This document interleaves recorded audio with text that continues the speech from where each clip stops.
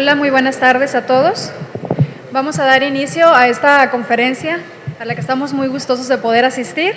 Mi nombre es Claudia Navarro Corona, soy profesora investigadora del Departamento de Humanidades y Educación, y la Escuela de Humanidades y Educación, pues a través de la Decanatura Asociada de Investigación, todos sus directores de programas y las distintas áreas de apoyo, tenemos el agrado de ofrecer a ustedes, en coordinación con la Dirección de Centros de Capacitación del Magisterio, la conferencia hacia la mejora de la educación escolar, el papel de directores y directoras. Me permito ahora darles la bienvenida a los decanos que estén presentes, a los directores de programa que nos acompañan, a las autoridades del sistema educativo, muchos de ustedes son autoridades de nuestro sistema, y a los miembros del Departamento de la Dirección de Centros de Capacitación y Magisterio. También quiero darles la bienvenida a todos los docentes, directivos, supervisores y ATPs que se encuentran entre nosotros. Considérense, por favor, invitados distinguidos, bienvenidos al Tecnológico de Monterrey. Extendemos también un caluroso saludo a todos nuestros egresados que están conectados por el Canal 1 y por las redes sociales desde diferentes puntos de esta república y también en otros países de Latinoamérica. Hasta allá pues les enviamos un cordial saludo a todos los investigadores también que están conectados, interesados en el tema de liderazgo y de la gestión educativa. Pues es un honor para mí presentarles al doctor Serafín Antúnez Marcos. Bienvenido, doctor, al Tecnológico de Monterrey. Él es catedrático del Departamento de Didáctica y Organización Educativa en la Facultad de Educación de la Universidad Autónoma de Baja California, de Barcelona, y ahora pues vamos a ver una semblanza que el equipo ha preparado.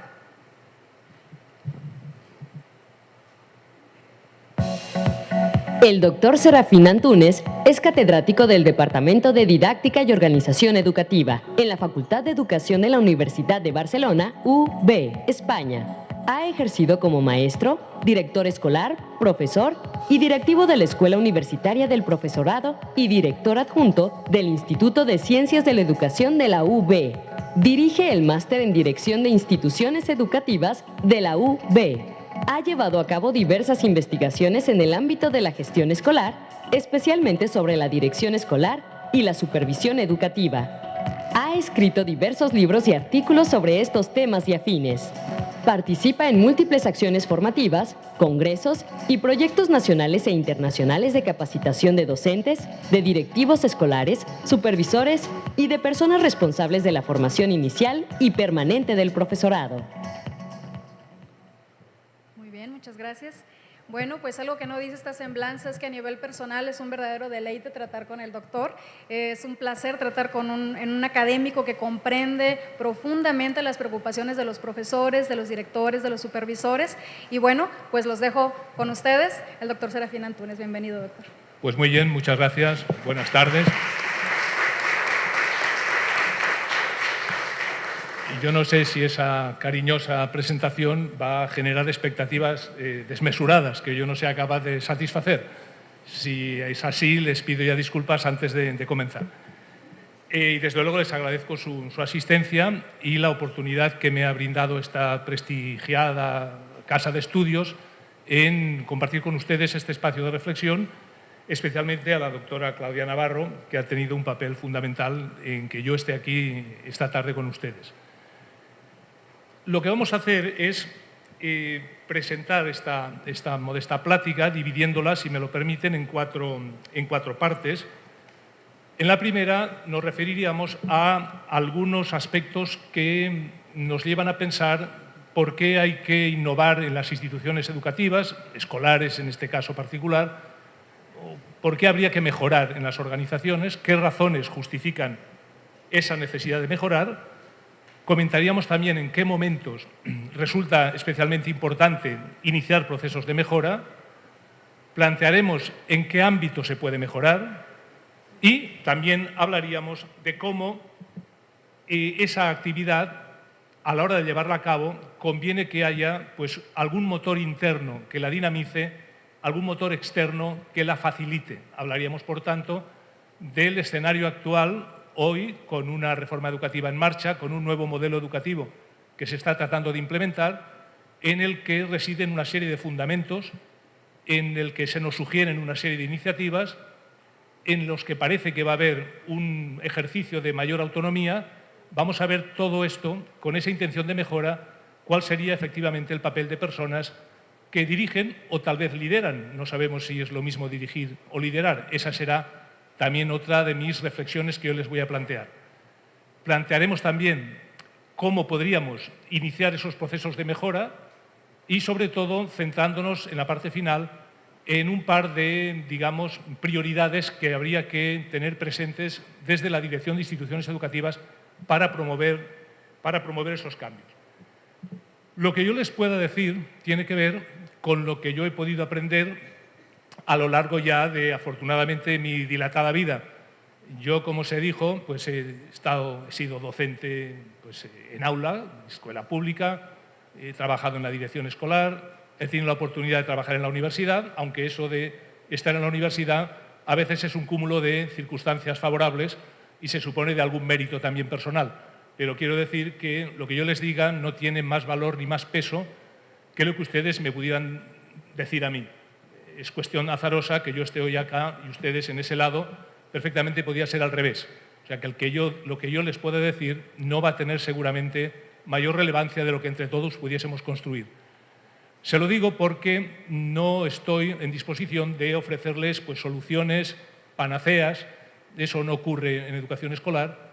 Y seguramente cuando alguien nos dice que eso de la educación tiene esta u otra solución y aparenta que son fáciles, o esa persona no conoce el mundo de la educación o esa persona es bastante insensata.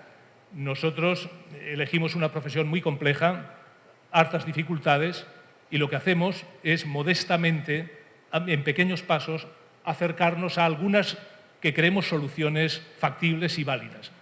Por tanto, tomen lo que yo les diga desde el punto de vista más crítico posible, planteen en la parte final, si es necesario, pues alguna aportación, alguna pregunta que enriquezca lo que yo les pueda modestamente decir desde este lado de la sala.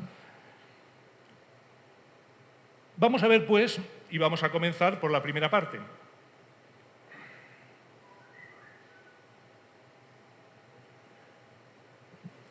Muy a menudo, en pláticas como esta, en un programa de televisión, en un debate que se retransmite por radio, en la inauguración de un evento, continuamente se nos recuerda la idea de que hay que innovar. Hay que innovar porque en la sociedad del conocimiento quien no lo hace pierde el ritmo. Hay que innovar porque camarón que se le duerme se lo lleva la corriente. El que no innova, lo que le espera es lo que les pasó a los dinosaurios, desaparecer. Entonces el mensaje, de manera pertinaz, de manera constante, nos llueve de todos lados a quienes estamos trabajando en educación escolar. Innoven, innoven, innoven, y ese es el discurso. Y está muy bien, hay que innovar. Pero claro, si nos planteamos, y no vamos a dedicar mucho rato a esto porque lo van a compartir, ¿qué supone innovar? Innovar supone poner en práctica una nueva práctica profesional, un nuevo dispositivo, introducir alguna novedad, pues con la intención de mejorar nuestro trabajo, en suma, mejorar los aprendizajes de los estudiantes. Claro, pero ese discurso de la innovación por exceso nos puede alumbrar determinadas cautelas que ahora les quiero anunciar. Yo no estoy en contra de la innovación, y menos en una casa de estudios como esta, está claro.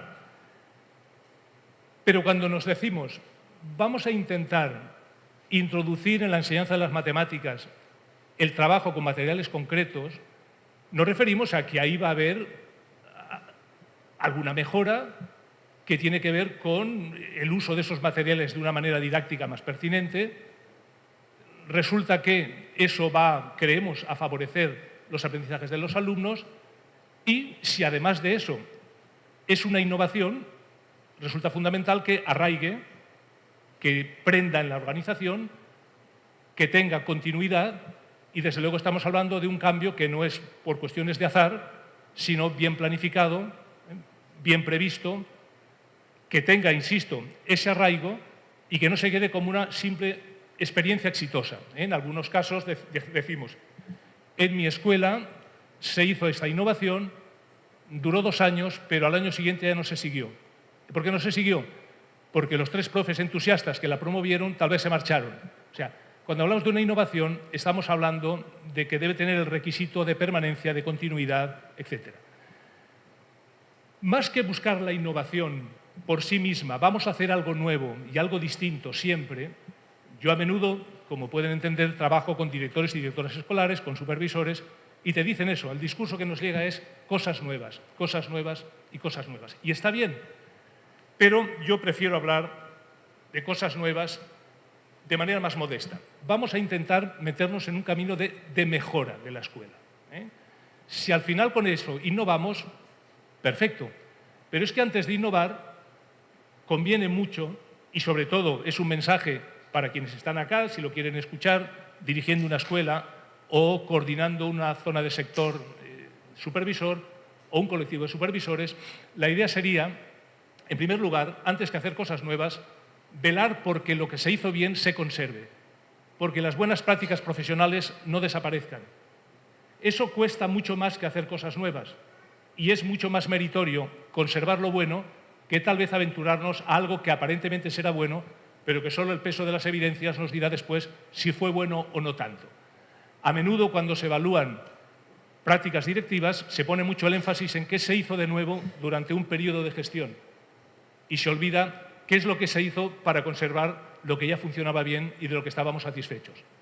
Por lo tanto, mi secuencia sería, primero, sostener buenas prácticas profesionales. Para eso hay que descubrirlas, para eso hay que atribuirles valor. Es una tarea directiva por antonomasia atribuir valor a lo bueno que se hace en la institución con el ánimo de darle un buen feedback a quienes se comprometieron en eso. Si alguien, un docente, se comprometió con un cambio que le pareció interesante, le llevó mucho tiempo, mucho trabajo, y cuando ya lo implementa ve que al año siguiente no se conserva, seguramente será alguien con quien no pueda contar a partir de entonces. Entonces, tal vez la primera intención es, vamos a sostener. Si nos quedan energías, vamos a corregir algo de eso que funcionaba bien, vamos a cambiar los plazos, vamos a cambiar los roles de algunas personas, vamos a retocar pues, algunos aspectos de cuál fue su devenir. Y si después de sostener y corregir nos queda todavía alguna energía, entonces empecemos a hacer alguna cosa nueva, distinta. Les garantizo que hay directores, directoras, supervisores que están abrumados por el mensaje perpetuo, cosa nueva, cosa nueva. Además, si esa cosa nueva no se relaciona con artefactos digitales y si esa cosa nueva no hay un ordenador por medio, se diría que ya no es una innovación, porque parece ser que la innovación lo asociamos solo a ese tipo de modalidad, a ese tipo de enfoque. Esa modesta transparencia que ven ahí, como pueden comprobar, tiene unas intersecciones y sugiere la idea de que no son compartimentos estancos. A la vez que sostengo, corrijo, a la vez que corrijo, innovo, y eso sería como un continuo, como un panorama en el que moverse. Pero en contextos especialmente menesterosos, en escuelas que tienen difícil desempeño, la secuencia no sería tanto sostener, corregir, innovar, sino que la secuencia sería sobrevivir, sostener, corregir, innovar. A veces pedimos a todo tipo de escuelas y de cualquier contexto que hagan lo mismo. Esos son a veces directrices que nos lanzan desde pues, una autoridad que legítimamente pues, lo puede hacer, pero con la idea de que tal vez no se tiene en cuenta el principio de atención a la diversidad. Se pide casi lo mismo a todo tipo de escuelas, independientemente de su contexto, de su historia institucional, de su cultura, y parece que si una escuela solo consiguió sobrevivir, sería motivo de sanción porque no consiguió innovar, ni sostener, ni corregir. A lo mejor habría que felicitar a aquella directora escolar que consiguió que se abriese y cerrase la escuela cada día, que asistiesen los niños de manera regular, que no la abandonasen, que estuviese en condiciones higiénico-sanitarias plausibles y tal vez no innovó, pero habría seguramente que mencionar el mérito que tuvo su gestión. Por lo tanto, voy a hablar de tratar de mejorar. Y si tratando de mejorar innovamos, pues a albricias. Y nos felicitamos y eso va a ser un incentivo motivacional para seguir haciéndolo. ¿Por qué razones habría que mejorar? En primer lugar, por respeto a las personas usuarias. La escuela tiene unas personas usuarias, a quien le puede llamar clientes, pues yo creo que hay bastantes distancias entre una cosa y la otra, y las personas usuarias de nuestros servicios son los padres y madres de nuestros estudiantes, los niños, jóvenes y adolescentes que asisten a nuestros salones y recordar que si queremos trabajar de manera honesta y trabajar bien, no es porque les regalemos nada a nuestros usuarios. Los muchachos que asisten a sus escuelas tienen el derecho a recibir una educación de calidad por el mero hecho de ser personas ciudadanas mexicanas. O sea, si trabajamos bien, no nos ufanemos mucho de ello porque es lo que nos corresponde si respetamos a las personas usuarias de nuestro servicio. O sea, yo hago bien las cosas y merezco una distinción. Bueno, usted hace bien las cosas porque es lo que le toca a la hora de satisfacer derechos ciudadanos de esas personas que asisten. Yo quisiera también introducirles, en cuanto hablamos de personas usuarias, a nuestros propios compañeros y compañeras de trabajo. Es decir, el usuario de mi trabajo como profesor de tercero de primaria no es solo el alumnado que tengo en el salón, sino que el usuario de mi buen servicio, si soy profe de tercero, es la maestra de cuarto que recibirá a mis alumnos el año que viene. Las escuelas que funcionan bien y que vemos que merece la pena destacar su esfuerzo, suelen tener muy clara esta idea. Si le preguntamos a esa maestra de tercero por qué trabaja con tanto entusiasmo, seguramente nos dice que porque quiere a los niños, porque se ve realizada en su profesión, porque se encuentra a gusto en un clima laboral agradable, pero seguramente nos dirán, yo trabajo muy bien con tercero para darle un buen servicio a la maestra de cuarto, que es la que los va a recibir el año que viene. Y si yo le facilito el trabajo a la profesora de cuarto, es mi usuaria más inmediata. Y si le pregunto a la profesora de cuarto por qué trabaja con tanto entusiasmo, me dirá por muchas razones y me dirá por otra, porque quiero dar un buen servicio a la maestra de quinto. Es decir, ¿por qué merece la pena mejorar? Por respeto al usuario interno, por respeto al usuario externo. Merece la pena mejorar como dispositivo, instrumento de motivación del equipo docente. Nosotros nos quejamos a menudo, con razón, que nuestro trabajo en la docencia es arduo, complejo, a veces mal entendido. Hay que educar a jóvenes que a veces ni siquiera quisieran ser educados, que van a la escuela porque la obligatoriedad les manda, y nos podemos quejar o lamentar de que nuestro trabajo es difícil y complejo. Pero no tendríamos mucha razón si nos quejamos de que es rutinario. Si mi trabajo es rutinario, pues la culpa la tengo yo, porque no lo sé diseñar de manera atractiva. Si yo me instalo en una rutina, en un statu quo de inmovilismo, seguramente ahí no se avanza y seguramente, si tenemos clara la intención de que hay que mejorar, esa mejora va a suponer un incentivo motivacional para aquel que quiere huir de la rutina, para aquel que quiere encontrar estímulos nuevos en su trabajo cotidiano. ¿Por qué merece la pena mejorar? Pues por la finalidad de ganar y merecer confianza. Nosotros damos servicio a la población y merecería la pena dar ese buen servicio en la medida que se va a generar confianza recíproca. Nosotros en las familias en nosotros mismos. Cómo, al final, el éxito de todo esto tiene que ver con el incremento de esa confianza recíproca entre quien proporciona el servicio, quien lo recibe, y si hay interacción entre unos y otros, como veremos después, mucho mejor. ¿Por qué merece la pena mejorar? Merece la pena mejorar si tenemos una mínima preocupación por la imagen de la escuela. La imagen de la escuela es nuestra propia imagen. Nuestra imagen se ve favorecida o penalizada por la imagen que tenga de la escuela. Si yo voy a estar en esta escuela trabajando los próximos 5, 10, 20 años, me interesa que la escuela tenga una buena imagen, aunque solo sea por egoísmo personal. Si la escuela tiene una buena imagen, quien sepa que Serafín, que es mi nombre, trabaja en esa escuela, seguro que yo tengo una cierta buena imagen. Ahora, quien le despreocupa la imagen de la escuela, desde luego no tendrá mucha preocupación porque se inicie ese camino hacia la mejora que comentábamos. ¿Por qué merece la pena mejorar? Pues al fin y al cabo, por pura honestidad profesional. Nuestra formación inicial quedó ya en épocas tal vez demasiado pretéritas, y si ya pasó mucho tiempo les felicito porque seguimos vivos en la tarea, tampoco es ninguna desgracia, nuestra formación inicial, hasta qué punto es todavía válida hoy, hasta qué punto estamos respondiendo a lo que se nos pide cuando el alumnado a quien educamos, todo el mundo lo sabéis, cambió mucho y de manera rápida en los últimos años. ¿Sirve lo mismo que hacíamos antes para ahora, con esos nuevos requerimientos, etcétera? No sirven soluciones viejas para problemas nuevos.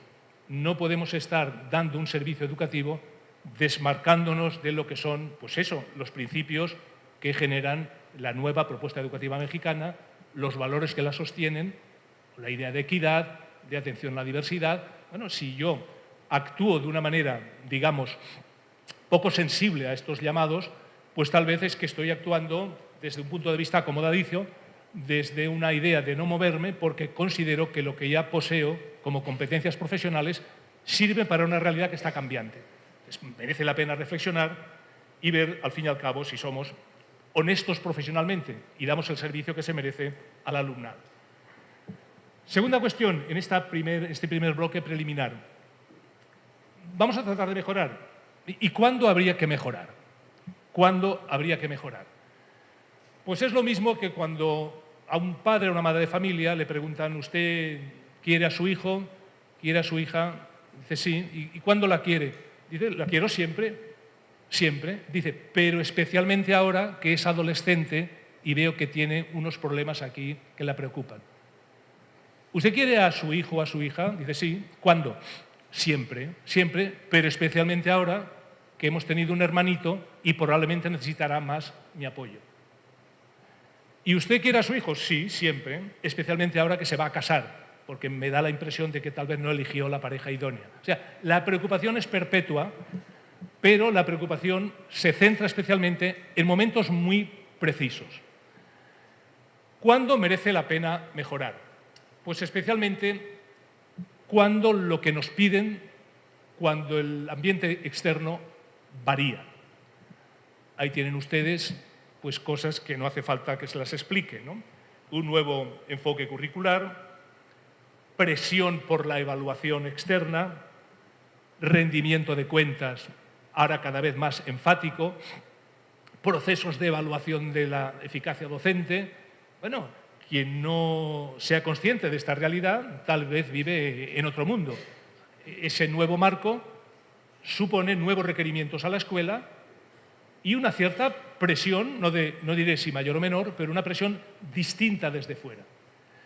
Merece la pena revisar si hay que mejorar cuando se dan este hecho primero que les comento de demandas externas que cambian, lo mismo que demandas externas que cambian, que varían y que son de naturaleza múltiple.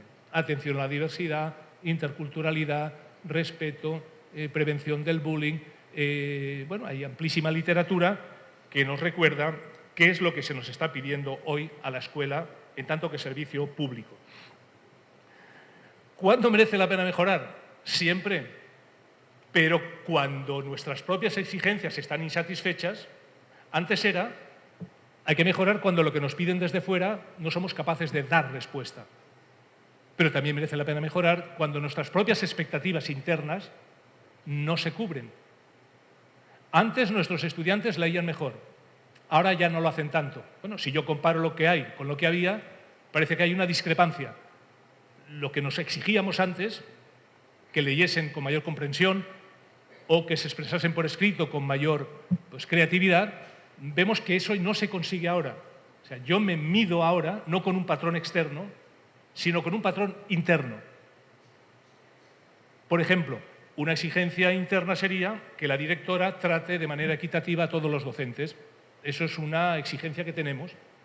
Pero resulta que vemos que no, que la directora tiene preferencias, tiene favoritismos y vemos que, bueno, esa expectativa interna no se está cumpliendo. O que la ruta de mejora que planificamos parece que va desacompasada. O que en el consejo técnico que ustedes tuvieron en muchas escuelas hoy viernes como final de mes, en esa reunión, lo que nos proponíamos hacer vemos que se está incumpliendo. Bueno, pues ese es un momento pertinente para decir, tal vez merezca la pena mejorar, porque de lo que debía ser a lo que es hay mucha distancia. Alguien dirá, en tantas ocasiones Sí, merece la pena mejorar no solo cuando hay presiones nuevas, distintas, sino cuando esa presión aumenta. Y es evidente, al menos en mi modesta experiencia, que en todos los contextos escolares que yo pueda conocer, el énfasis porque la familia conozca lo que pasa en la escuela es evidente, que la familia tiene derecho a saber qué pasa dentro de los muros, a veces demasiado opacos, de la escuela, tiene que tener presencia ahí. Hay presión por reivindicar participación, claridad, transparencia, comunicación, y ya no les digo si nos ponemos a mirar presiones externas del tipo, pues, pruebas internacionales, seguramente hace unos años no eran tan exigentes. Esto de la pedagogía comparada hoy ya se limita a las pruebas PISA y a compararnos. Yo no estoy por la comparación, pero sí que es evidente que nos dicen, respecto a su sector, respecto a su realidad escolar, usted está un poquito por arriba de la media, un poquito por debajo de la media, y eso no nos acaba de decir mucha cosa, pero sí nos ilumina, digamos, una luz de atención, ¿verdad? O sea, la presión cambia, la presión varía, y sobre todo esa presión aumenta y cada vez más. Hay que rendir cuentas. Los supervisores piden rendimiento de cuentas. A los supervisores y supervisoras, la jefatura del sector les pide rendimiento de cuentas. A las autoridades educativas, la sociedad, le pedimos que rindan cuentas. Bueno, esa presión nos tiene que impulsar seguramente a hacer cosas, no sé si extraordinarias, pero sí seguramente algo distintas a lo que las hacíamos. Merece la pena mejorar cuando se produce alguna transformación sustantiva en la escuela. Por ejemplo, ha habido en un periodo breve gran descenso de número de alumnos. La escuela no es la misma que teníamos hace unos años, empequeñeció. La escuela, por motivos que fuese, se fusionó con otra, casi multiplicó su magnitud por 2. Ese es un momento para plantearse, ¿se pueden hacer cosas nuevas? Cuando hubo un cambio súbito o brusco de maestros en el plantel. A veces una escuela que cambia de 2 o 3 maestros cada año, si es una escuela pequeña, al cabo de 5 años no hay ningún maestro de los que había 5 años atrás. Esa escuela no es la misma de hace 5 años porque casi no queda nadie, tal vez la directora, como figura, pues, permanente.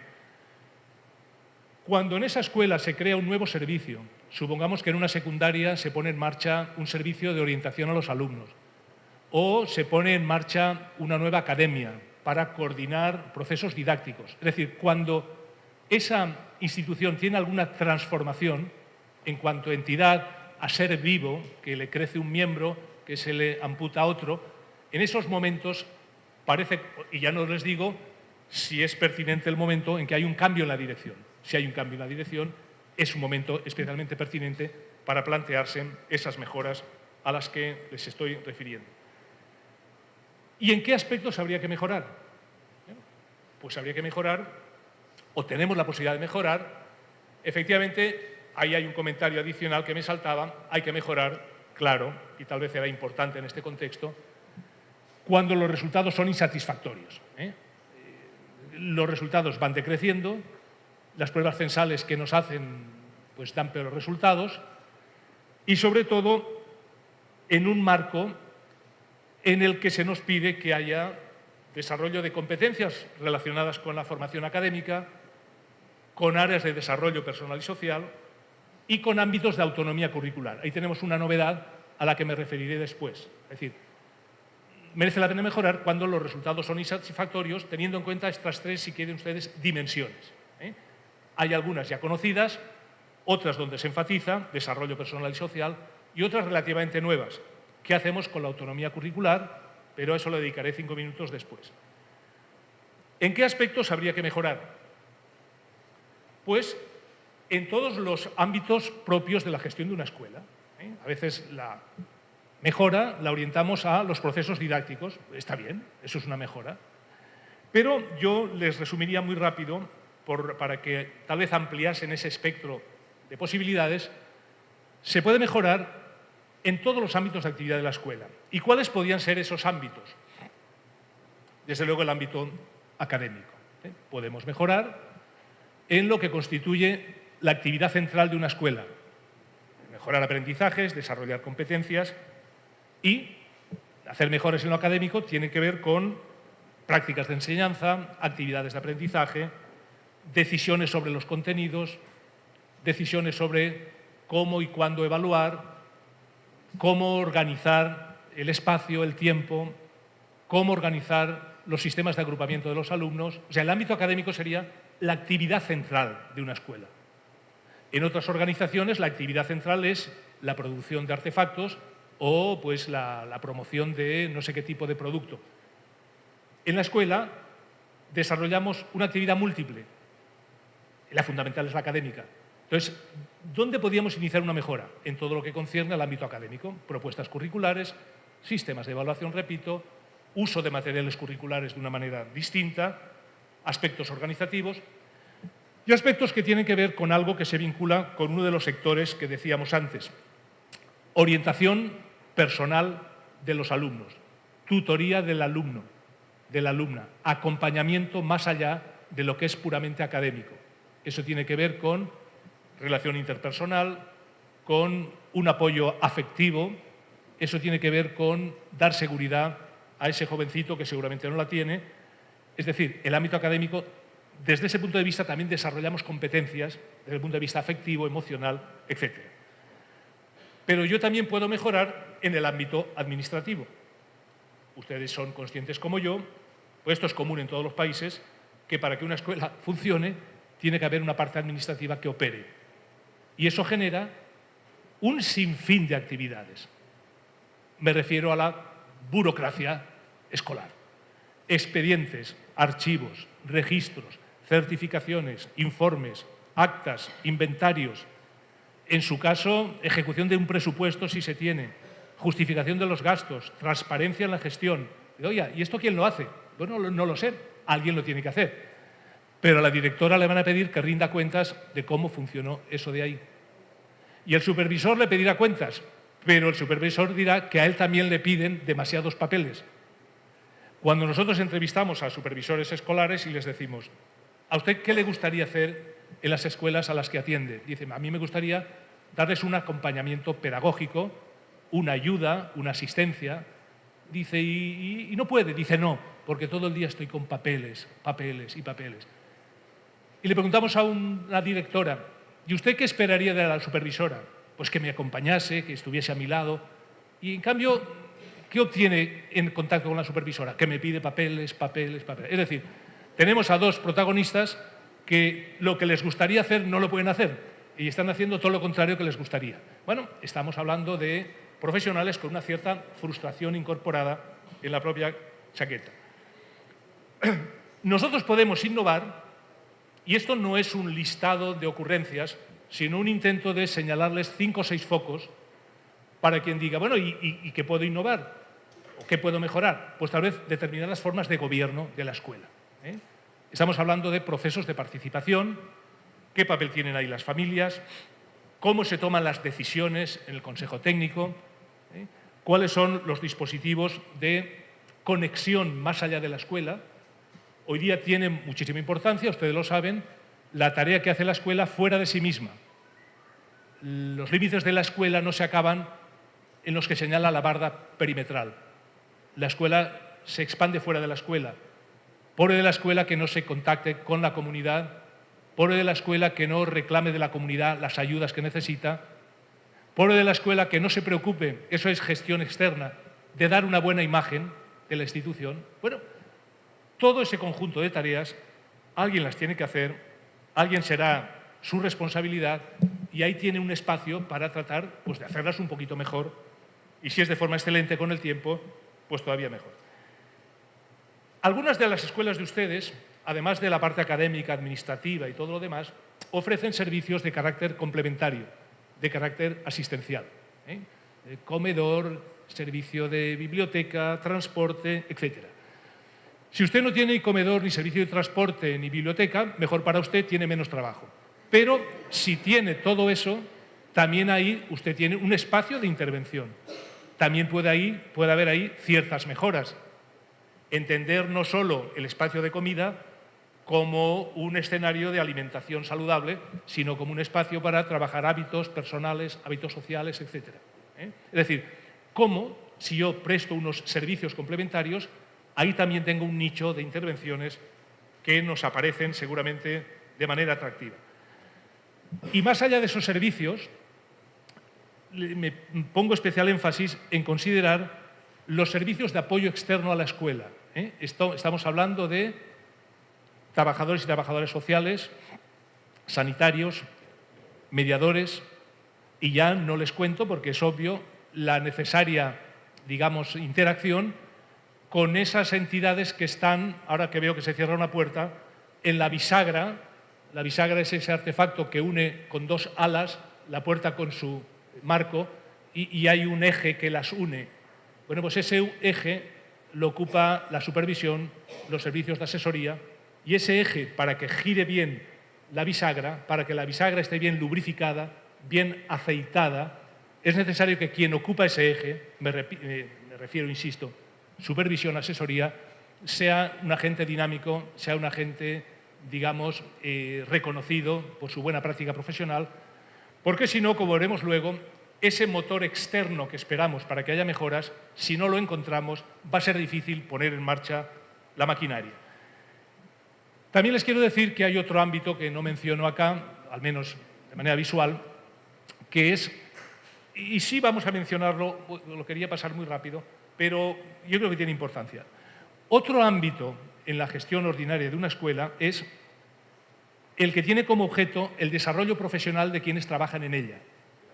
Hoy día, sabéis muy bien, estamos hablando de gestión del conocimiento, estamos hablando de que las capacidades, lo que tiene cada docente en sí mismo, sus talentos, no pueden tener validez universal y eterna. Si nosotros tomamos, quienes sois directores y directoras, un colectivo de docentes, ese es el patrimonio más importante que tenéis. Y si ese patrimonio no se enriquece, no crece, no se empodera, acaba siendo inapropiado para dar respuesta a lo que se le pide. Escuelas que nosotros vemos que funcionan bien, siendo modestas y estando en contextos a veces muy complejos, suelen tener en común esta atención. Te dicen quienes la dirigen, aquí tenemos una política clara de ayudar a que quienes trabajan aquí crezcan profesionalmente. ¿Y eso qué hacen ustedes? ¿Les envían a cursos, a posgrados? También, y quien pueda, pero sobre todo generamos procesos de formación interna. Muy modestos. Quien sabe más de manejo de informática ayuda al que sabe menos. Y quien sabe más de cómo resolver conflictos, porque tiene una buena experiencia o porque tiene competencias, porque hizo un curso de resolución de conflictos, puede ayudar a un colega que en eso se encuentra pues menos ducho que el anterior. Es decir, desarrollo profesional, la pregunta que luego les haré algo parecido es si yo tomo a un grupo de profesores y profesoras a quienes dirijo, si yo me marcho de esa institución 5 o 6 años después, ¿en qué medida les habré hecho crecer? Si no han crecido, mi gestión no fue muy exitosa. Y si en vez de haber ni siquiera crecido, decrecieron, digamos que no me pueden felicitar por una buena gestión. O sea, el patrimonio más importante, más sensible, son los compañeros y compañeras de trabajo. Bueno, pues eso es otro ámbito en el que yo puedo hacer alguna mejora. Tal vez de no tenerlo en cuenta a empezar a tenerlo en cuenta, eso ya es una mejora. De darle un significado y un sentido a las reuniones de consejo técnico, a darle otro, porque con eso estoy ayudando a que crezcan mis compañeros y compañeras. ¿Y cuál es la novedad de todo esto? La novedad es que se nos propone gestionar la escuela desde un nuevo modelo educativo. Hay un nuevo modelo educativo acá, hace 26 años hubo otro, se ha intentado ponerlo en marcha, que se desarrollase, y esa es en principio la novedad que tenemos. Y lo que se nos propone es una propuesta curricular sustentada en 2 principios. Podríamos hablar de alguno más. Estos son, para mí, los esenciales. El primero, te dicen, mire, se trata de ser más autónomos. La autonomía es la capacidad que tiene un pueblo, una comunidad, para regirse por sus propias leyes, para regirse por sus propios acuerdos, ¿no? Vamos a cederles parcelas de autonomía, disminuyen zonas de normativa y aumentan zonas de autonomía. Ese es un discurso. hay un aumento de las zonas de autonomía. La pregunta es si esa autonomía es deseada o no por las escuelas. A lo mejor algunos están más contentos si no les dan autonomía, con lo cual ni siquiera se tienen que preocupar por mejorar. Con tal de hacer lo que les van pidiendo, no uso mi autonomía. ¿Se reivindica esa autonomía por parte de las escuelas o viene ya dada o impuesta? ¿Esa autonomía la vemos ya como algo que es obligatorio, como algo que es prescriptivo? Bueno, pues es el marco. Ahí está en el discurso, en el documento que ustedes han leído del Ministerio, de la Secretaría de Educación, en ese dinámico vídeo donde uno puede ver eso muy resumido. ¿Dónde están esos límites de la autonomía? ¿Tenemos la capacidad, la ilusión por ejercer la autonomía? Y el segundo criterio es, usted tiene que gestionar esa mejora en un marco no heterónomo, sino en un marco más descentralizado. Vamos a descentralizar del centro a la periferia, vamos a aplicar el principio de subsidiariedad, es decir, que las decisiones se tomen en los lugares más próximos donde acontece la acción, que no se tomen en lugares distantes, sino que se tome en los salones de clase, en las escuelas, que se descentralice, no solo que se desconcentre, no es lo mismo desconcentración que descentralización. La descentralización supone transferir tareas y transferir autoridad para tomar decisiones respecto a esas tareas, si no es pura desconcentración. Entonces, la hipótesis es más autonomía, más descentralización y más autoridad para que tomen decisiones en sus contextos particulares. Bueno, ese es el momento actual, según yo lo entiendo. ¿Y cuáles son esos márgenes de autonomía? Bueno, los márgenes de autonomía nos los dicen de manera expresa o de manera tácita con determinados mensajes de nuestras autoridades. En algunos contextos, en algunos países, el mensaje de la autoridad educativa, en este caso las escuelas, es adopta. Yo diseño, yo prescribo, yo te explico los contenidos, yo te digo cómo hacerlo, tú no pienses, haz lo que yo te diga. Adopta. Un mensaje. En otros contextos, el mensaje no es adopta, es adapta. Aquí tienes unos lineamientos, aquí tienes unas áreas curriculares, aquí tienes unas zonas de autonomía y adapta eso a tu contexto según las diversidades que haya, según la tipología de la escuela, según las características pues, más comunes de los niños y niñas. Y en algunos lugares el mensaje no es adopta ni adapta, sino que el mensaje es transforma.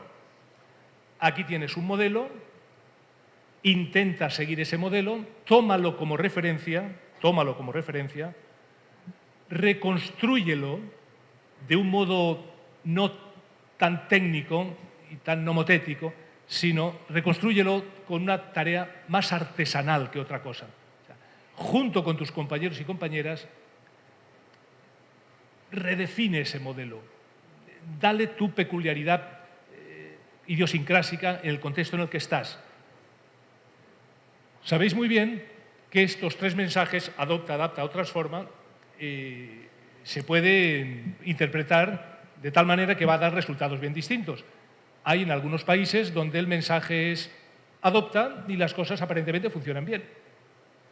Y hay lugares, especialmente esos países que por otras razones también sacan buenas notas en PISA, el mensaje ahí no es adopta ni adapta, el mensaje es transforma. Ahí tienes unos lineamientos, tienes flexibilidad, tienes confianza. Aquí hay un acto de fe. Tiene que haber un acto de fe recíproco. Autoridades a supervisores, directores, escuelas y acto de fe también, creer en que quien nos da la autonomía merece también nuestra confianza. Porque en ese statu quo de dar o quitar autonomía, ahí vamos a ver cómo cambian las relaciones entre una instancia y la otra, cómo cambian los papeles, cómo hay que dar respuesta a acuerdos y a compromisos. La pregunta sería, se la responden ustedes si quieren, o en otro rato, con el nuevo modelo educativo, entre adopta, adapta y transforma, ¿qué tanto por ciento le darían a cada uno de ellos? ¿Están ustedes en 90 adopta, 5 adapta y 5 transforma? 0 adopta, 50 adapta, 50 transforma. Ustedes sabrán.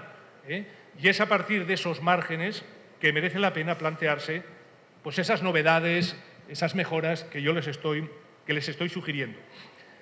Cabe decir que la autonomía, incluso en lugares muy directivistas, con autoridades educativas muy, si quieren ustedes, autocráticas incluso, la autonomía también se gana y se reivindica y se toma como conquista, sobre todo cuando se encuentran personas solidarias que nos apoyan. Estoy hablando de una supervisión que lo permite, una supervisión que ayuda, una supervisión que facilita, una supervisión que felicita también cuando se hacen bien las cosas. En este marco, repito, se establecen relaciones distintas, acuerdos distintos. Si antes era más adopta y ahora es más transforma, las relaciones tienen que cambiar. Si vamos a decir que la escuela es un lugar donde se puede evaluar el desempeño de un docente en un proceso de evaluación, no podría ser que quien vaya a evaluar a esa persona en su salón vaya con una lista de control donde dice evaluación de tal profesor o profesora y hay un checklist donde dice presentó la clase, saludó a los alumnos, expuso, puso ejercicios, los corrigió, felicitó, se despidió y ahí va marcando sí o siempre o a menudo, y va marcando. Y claro, pero no habíamos dicho que el modelo del trabajo en el aula no era tanto la clase expositiva convencional. Entonces, si yo no hago una clase expositiva convencional, ese checklist no sirve para nada o me van a evaluar muy negativamente. Vamos a ver que puede haber desajustes entre requerimientos e instrumentos. Si pedimos al profesorado, a través de un nuevo modelo didáctico, otras formas de intervención en el aula, lo razonable es cambiar los dispositivos para revisar lo que hacen en el aula. No pueden servir esos patrones propios de esquemas didácticos pues un poquito más obsoletos, etc. O sea, no sirven ese tipo de soluciones, de roles viejos, para estas demandas nuevas. Y en todo este contexto, ¿qué podemos hacer? Papel de los directores y directoras. Ya hemos dicho algunas cosas. Plantearnos, al final, quiénes van a movilizar esa maquinaria. Sirva lo de maquinaria como metáfora. Es evidente, o mi modesta experiencia pues me ayuda a entenderlo así, que para que haya una mejora tiene que haber siempre algún motor interno que la promueve, que la dinamiza, que la inicia. No necesariamente la directora, puede haber iniciativas que se promueven por personas que no están en la dirección, por personas que tienen mayor preocupación o mayor liderazgo.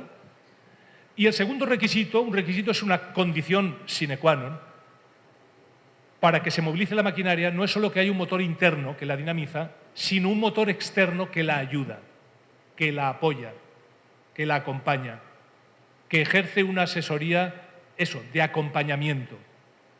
La asesoría no es sino un proceso de ayuda consentida por las dos partes y con sentido. Es decir, en una determinada dirección. Por eso reclamamos de la función supervisora, y ellos y ellas están deseosos en que sea así, que su trabajo sea un proceso de acompañamiento consentido por las dos partes, sin diferenciación jerárquica por razón del cargo, un proceso con un sentido, con una dirección, y además de consentido y consentido, tendría que ser también con sentimiento. Tiene que haber ahí alguna parte afectiva, alguna parte emocional por medio, y no una mera relación burocrática entre unos y otros. ¿Qué podemos hacer, pues, para mejorar eso que hemos llamado liderazgo académico?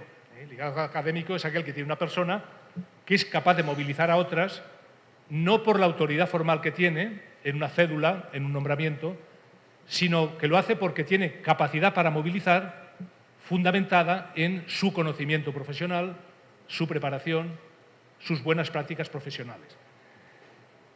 ¿Qué nos podemos preguntar? Y les invito a que lo hagan ahora o en otro rato. Y quien no esté dirigiendo, imagínese que piensa por alguien que está dirigiendo al que conoce, quien está coordinando una academia que piense que también desempeña tareas directivas. Hagamos una primera reflexión particular diciendo, si estoy dirigiendo, voy a revisar mi identidad profesional, a ver en qué medida soy consciente de esa profesión que desempeño, antes era docente, ahora no lo soy, ahí hubo un cambio profesional, un cambio de rol.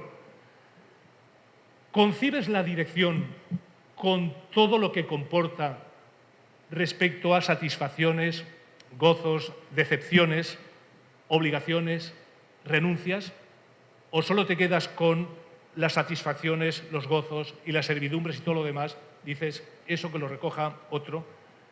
¿Concibo el ejercicio de la dirección como una tarea en un placentero retiro, en un espacio ya de descanso? Ya llevo muchos años en la escuela, voy a un dorado proceso de prejubilación y ahí me instalo como director de escuela, porque eso me parece que es un premio a mi trayectoria. Bueno, ¿lo concibes así? ¿O estar en la dirección lo concibes como un privilegio para dar un mejor servicio, con mayor compromiso y con mayor repercusión? Desde la dirección puede haber acciones de mayor repercusión que a veces desde el propio salón de clase. Y respecto a preguntas más concretas, en esta idea de primero vamos a reflexionar sobre nosotros mismos, luego vamos a reflexionar sobre la escuela y vamos a establecer estrategias, digamos, concretas. En primer lugar, en relación con la autorreflexión. ¿Conozco mis competencias profesionales?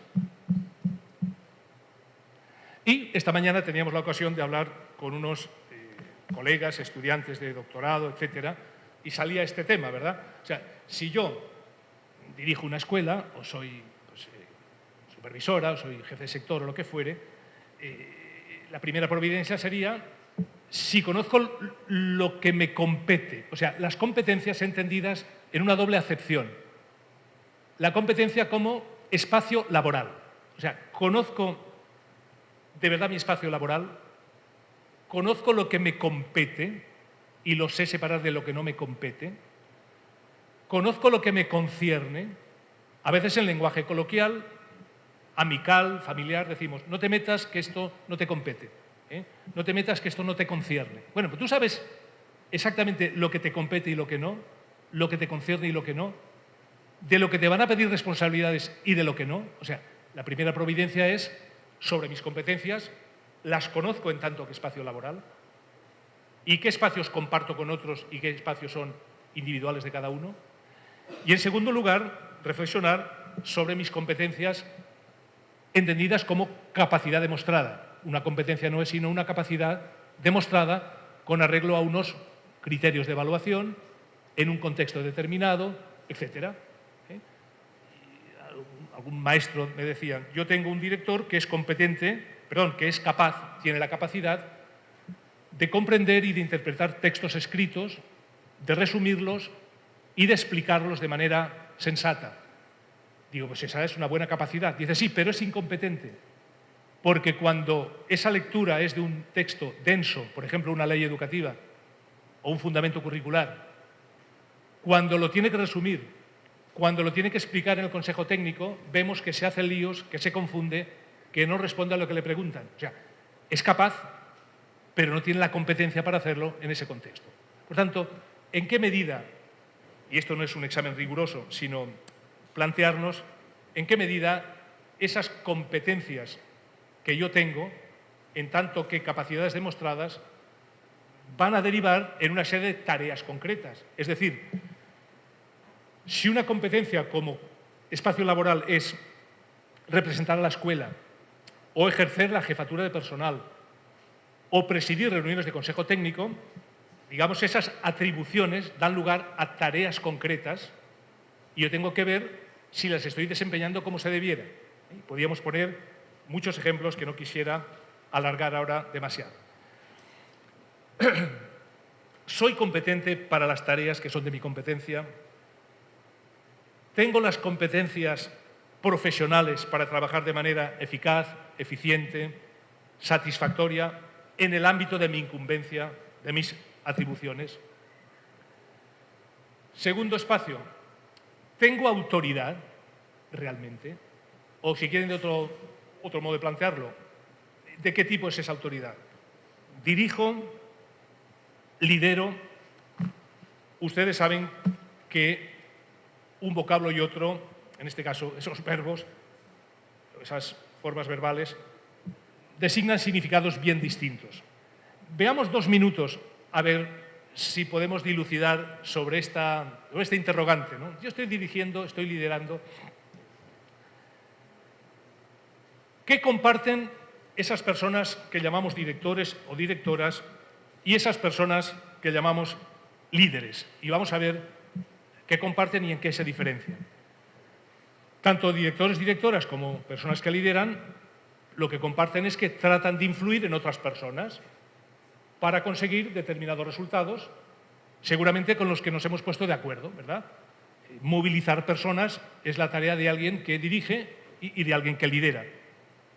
Se trataría de ponernos de acuerdo en qué dirección vamos a avanzar y mi tarea es, bueno, seguir el rumbo, ayudar y acompañar, movilizar personas y eso supone, pues, motivar, eso supone planificar, eso supone orientar procesos, etc. Ambos comparten que es que se trata de conseguir resultados a través del trabajo de otros. Dirigir, de alguna manera, es eso, no ejecutar lo que habría que hacer, sino que se haga a través del trabajo de otros a quienes hay que motivar, orientar, aclarar. Si tuviésemos tiempo, hablaríamos a partir de aquí ya solo de esto. Quien tiene que incentivar, ayudar, digamos, acompañar el trabajo de otros, es una persona que continuamente está haciendo requerimientos a esos otros. Les está pidiendo. Quien dirija, que reflexione un minuto y que diga qué es lo que hago a lo largo de la semana que sea muy distinto a pedir. Seamos puntuales, dónde están las planeaciones, a ver si los alumnos llegan más pronto. O sea, nuestra tarea es hacer requerimientos continuos.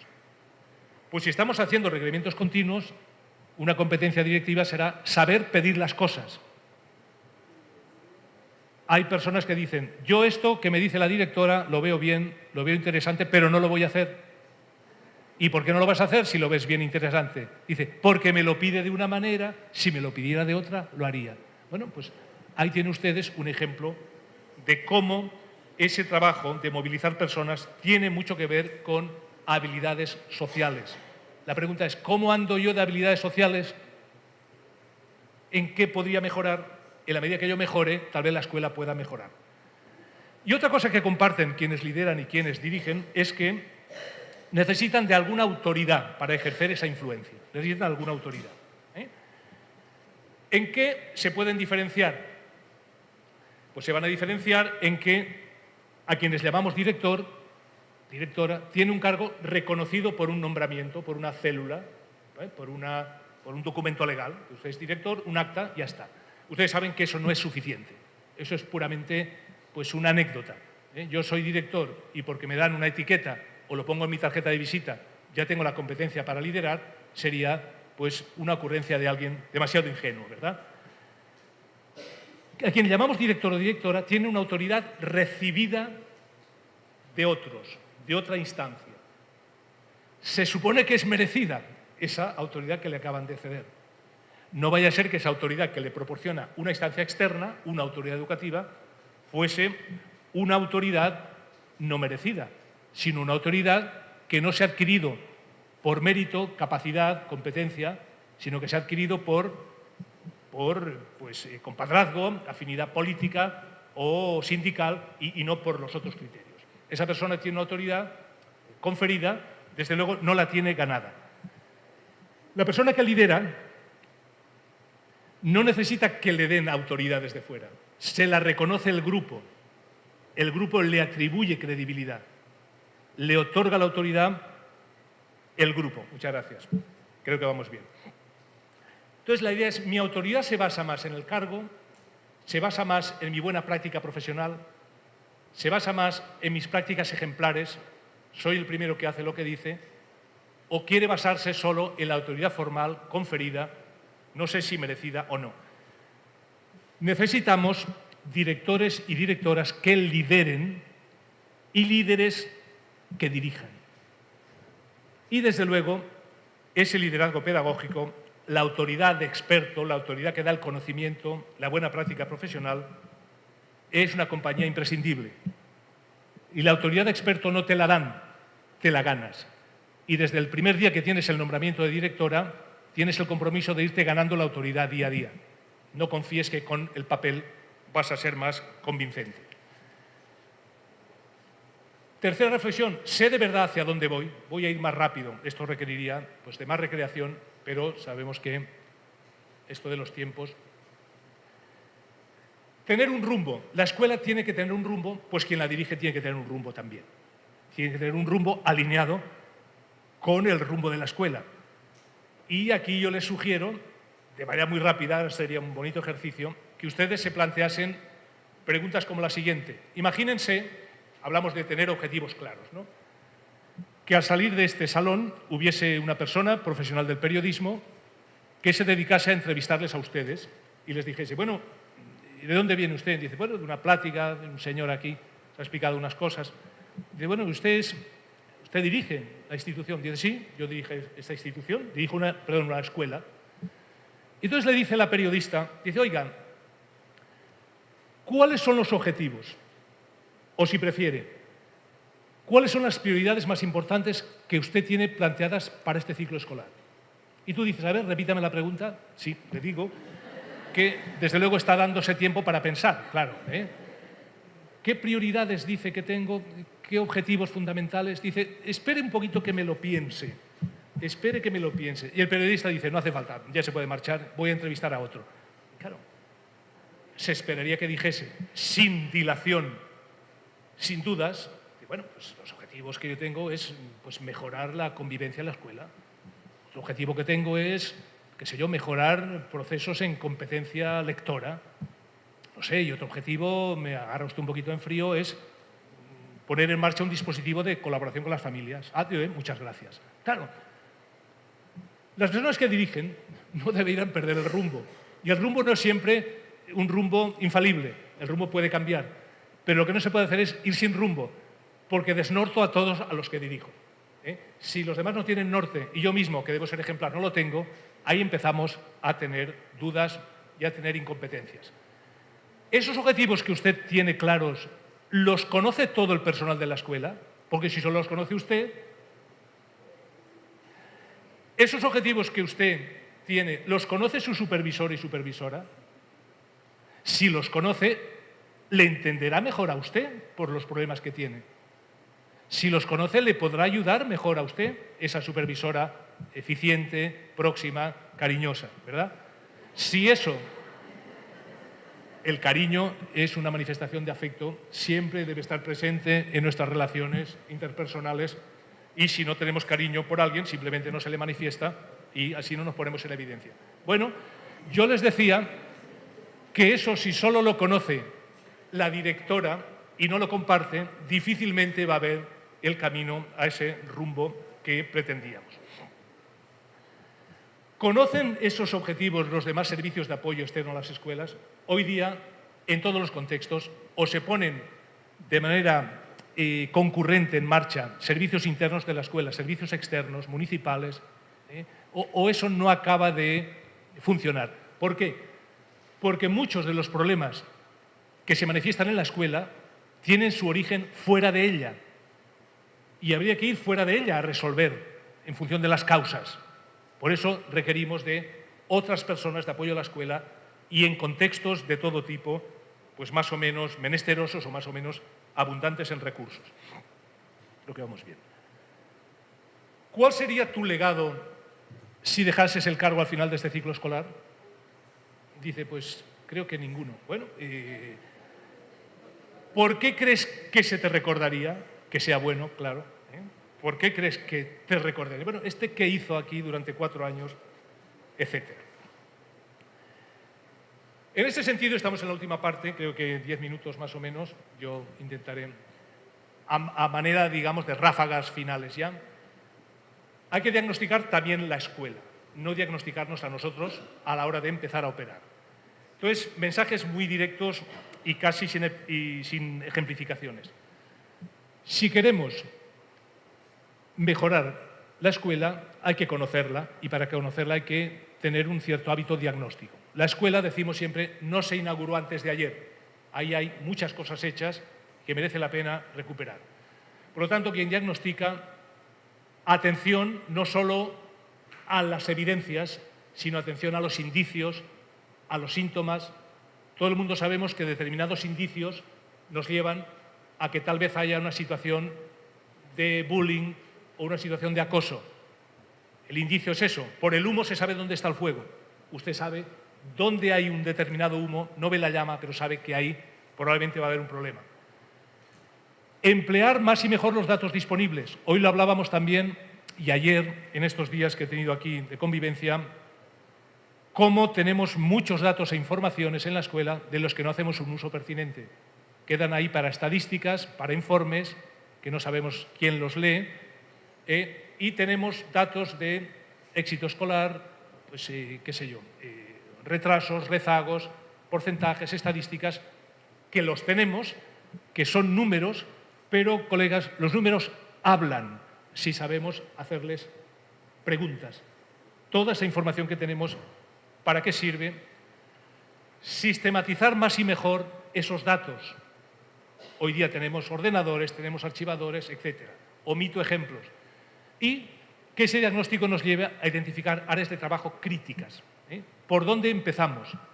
Y en general esas áreas de trabajo críticas tienen mucho que ver con aprendizajes, digamos, instrumentales. Comprensión y expresión oral y escrita, hábitos personales y sociales, valores, regulación de la convivencia.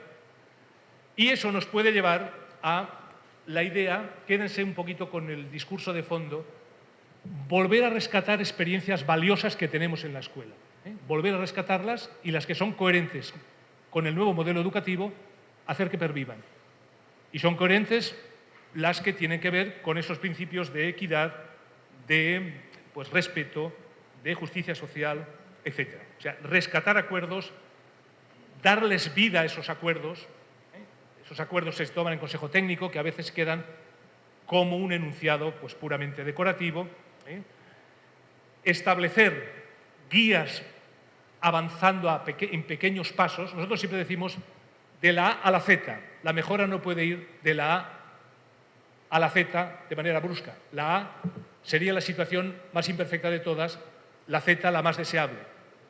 Si sobre regulación de la convivencia entre la A y la Z estamos en la B, para el año que viene en la C y para el año que viene en la D.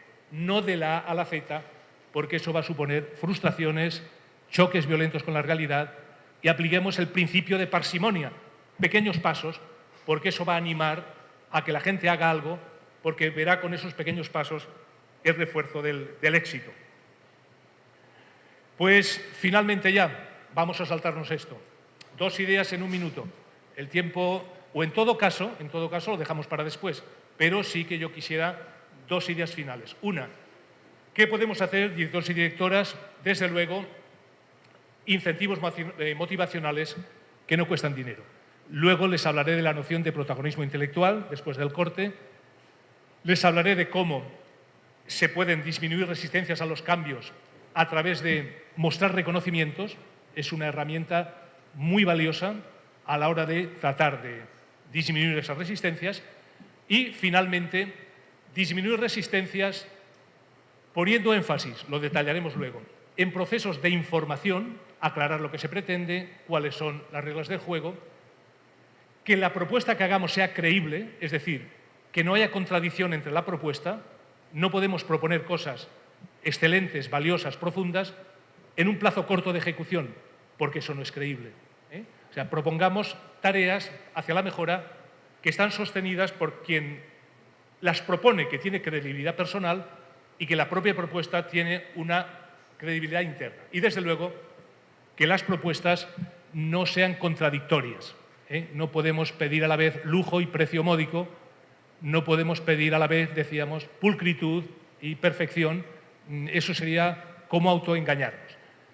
Y hasta aquí hemos llegado. Yo les agradezco la asistencia, la bondad que han mostrado y la paciencia escuchándome.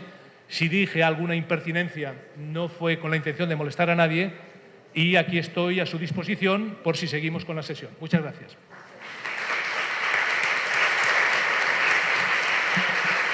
Ha estimado el tiempo.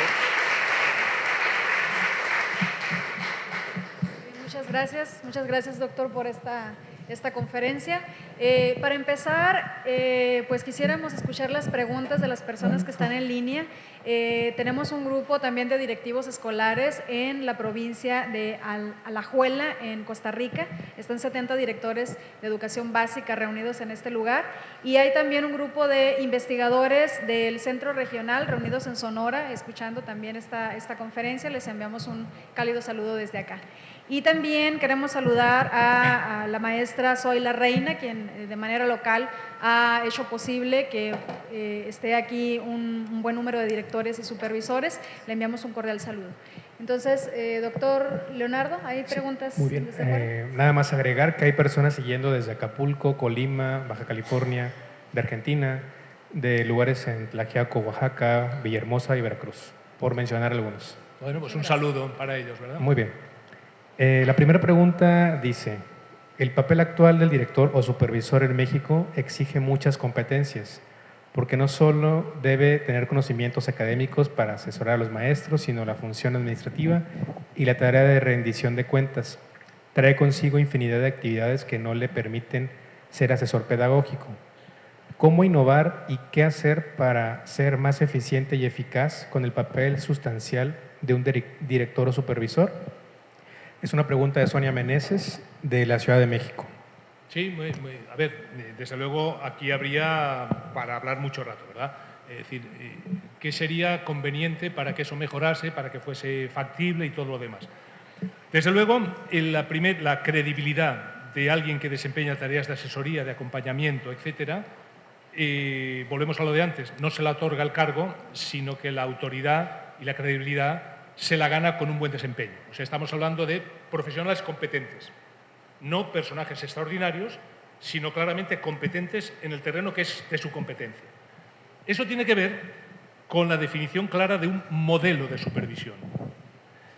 Durante años, en algunos países, se han movido, se han gestionado a través de modelos de dirección, de modelos de supervisión, que se quedaron claramente obsoletos. Un modelo de supervisión, el modelo es un patrón de referencia por el que me guío. Y en ese patrón tiene que haber respuestas claras a 5 o 6 asuntos que son los siguientes. Primero, acceso a la función, claramente establecida, y tanto el acceso como el cese o como la salida vertiginosa de ese puesto de trabajo si no se es competente. O sea, condiciones de acceso, procedimientos de acceso, requisitos para el acceso y después una serie de terrenos de competencia que tiene asignadas esa persona profesional. Y en esos terrenos de competencia, lástima porque lo tengo por ahí, estarían los de gestión de la información. Una persona que es supervisora gestiona información, la obtiene de las escuelas y la eleva a las autoridades, viene de las autoridades y la difunde en las escuelas. O sea, una competencia de una persona supervisora es gestionar la información de manera ágil, de manera pertinente, etc. 2. Quien supervisa tiene que hacer tareas de dar fe de lo que ocurre. Tiene que hacer informes de si se cumplen las normas o no, si las condiciones higiénico-sanitarias de la escuela son pertinentes o no. O sea, hay una serie de tareas dentro de las cuales están las de carácter más bien administrativo, más bien burocrático y más bien de carácter académico. Y en esas tareas de carácter académico están, desde luego, las de, llámale acompañamiento, llámale tutela, llámale proximidad. De la supervisora yo espero que me ayude en algo en lo que no soy capaz de resolver por mí mismo. Es decir, si tú me dices qué paquete de competencias para ti serían preeminentes, serían las que tienen que ver con ser capaz de ayudar en procesos de acompañamiento a docentes en ejercicio y a directores en ejercicio también. Estaríamos hablando de desarrollo profesional, o sea, un modelo profesional especifica cuál es el desarrollo profesional de ese sujeto. Desarrollo en tanto que formación continuada y en tanto que posible promoción en la escala profesional. Es decir, la cuestión, digamos, preliminar es definir mejor y actualizar mejor el modelo, de tal manera que se identifique a quien supervisa como alguien que acompaña, que también fiscaliza, pero que no es fundamental lo que fiscaliza, sino lo que acompaña, que también me pide pues, que cumpla en tiempo y forma los informes que tengo que levantar, pero que haya confianza en que eso de enviarle en tiempo y forma,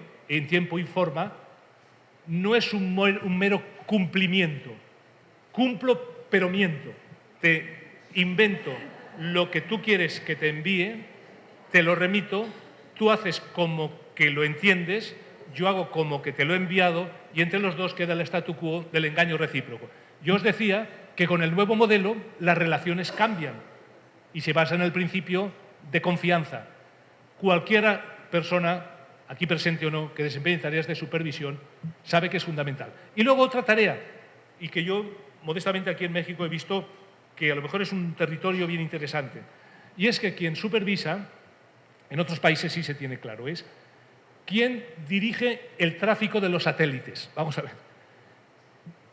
Está la escuela, y con esa idea que la escuela es el centro de todo, alrededor de ella circunvalan una serie de satélites, servicios, asesorías, proyectos.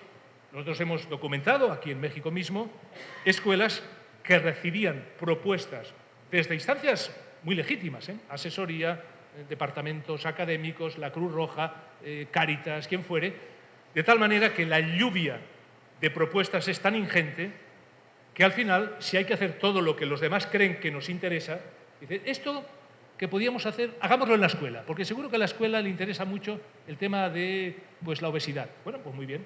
Pero 5 minutos después otro dice, oye, ¿y el tema de la prevención de las drogas? Pues vayamos a la escuela.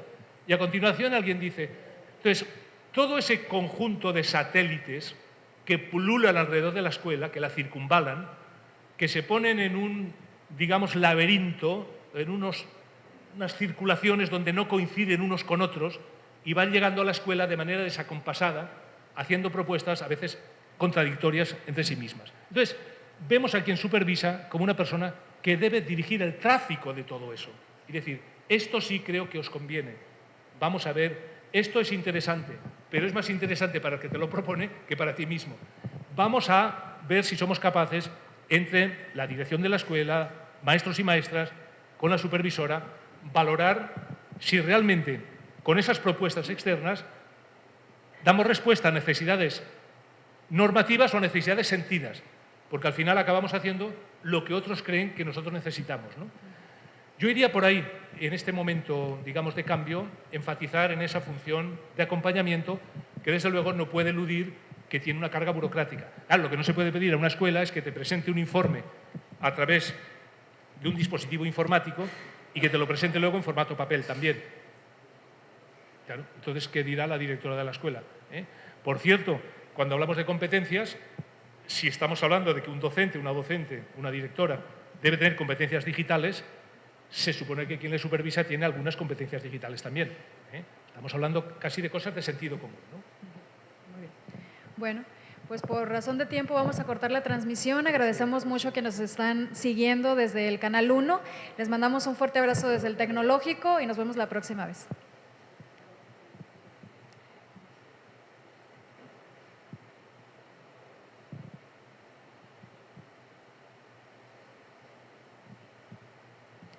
Muy bien, muchas gracias. Pues vamos a pasar a las preguntas en sala. ¿A quien quiera expresar alguna pregunta? Hay un par de preguntas que hacen colegas que están a la distancia.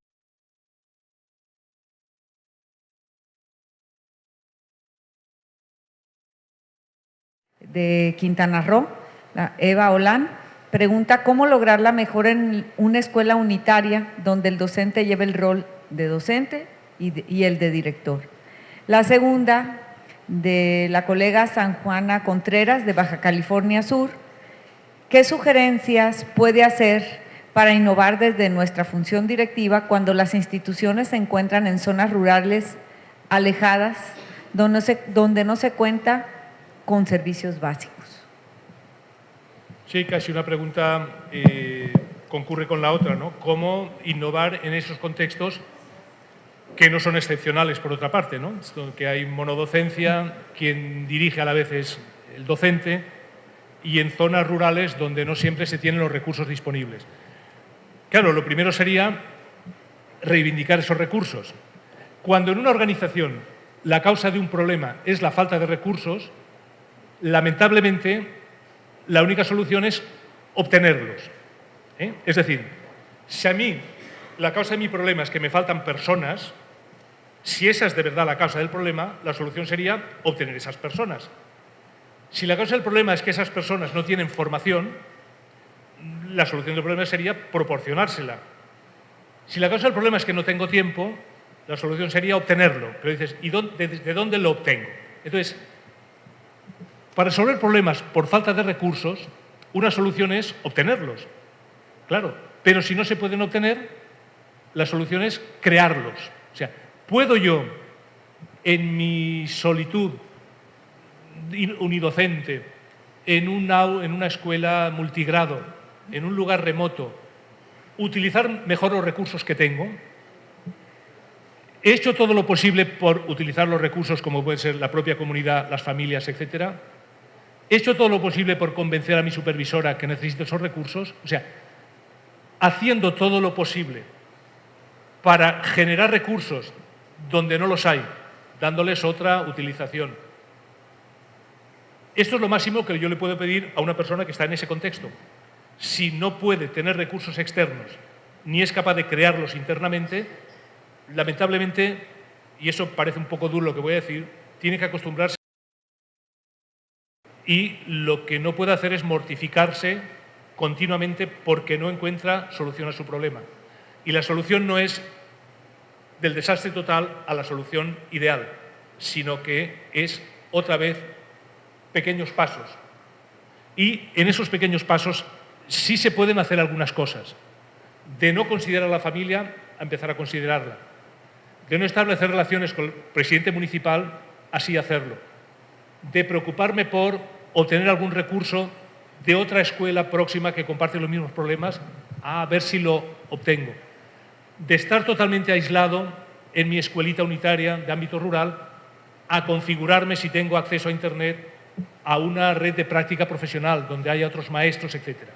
Si haciendo todo eso todavía no es suficiente, yo no soy capaz de darle ninguna otra solución porque no existen. Muchas gracias. ¿Una pregunta? ¿Habrá una pregunta por parte de nuestros invitados?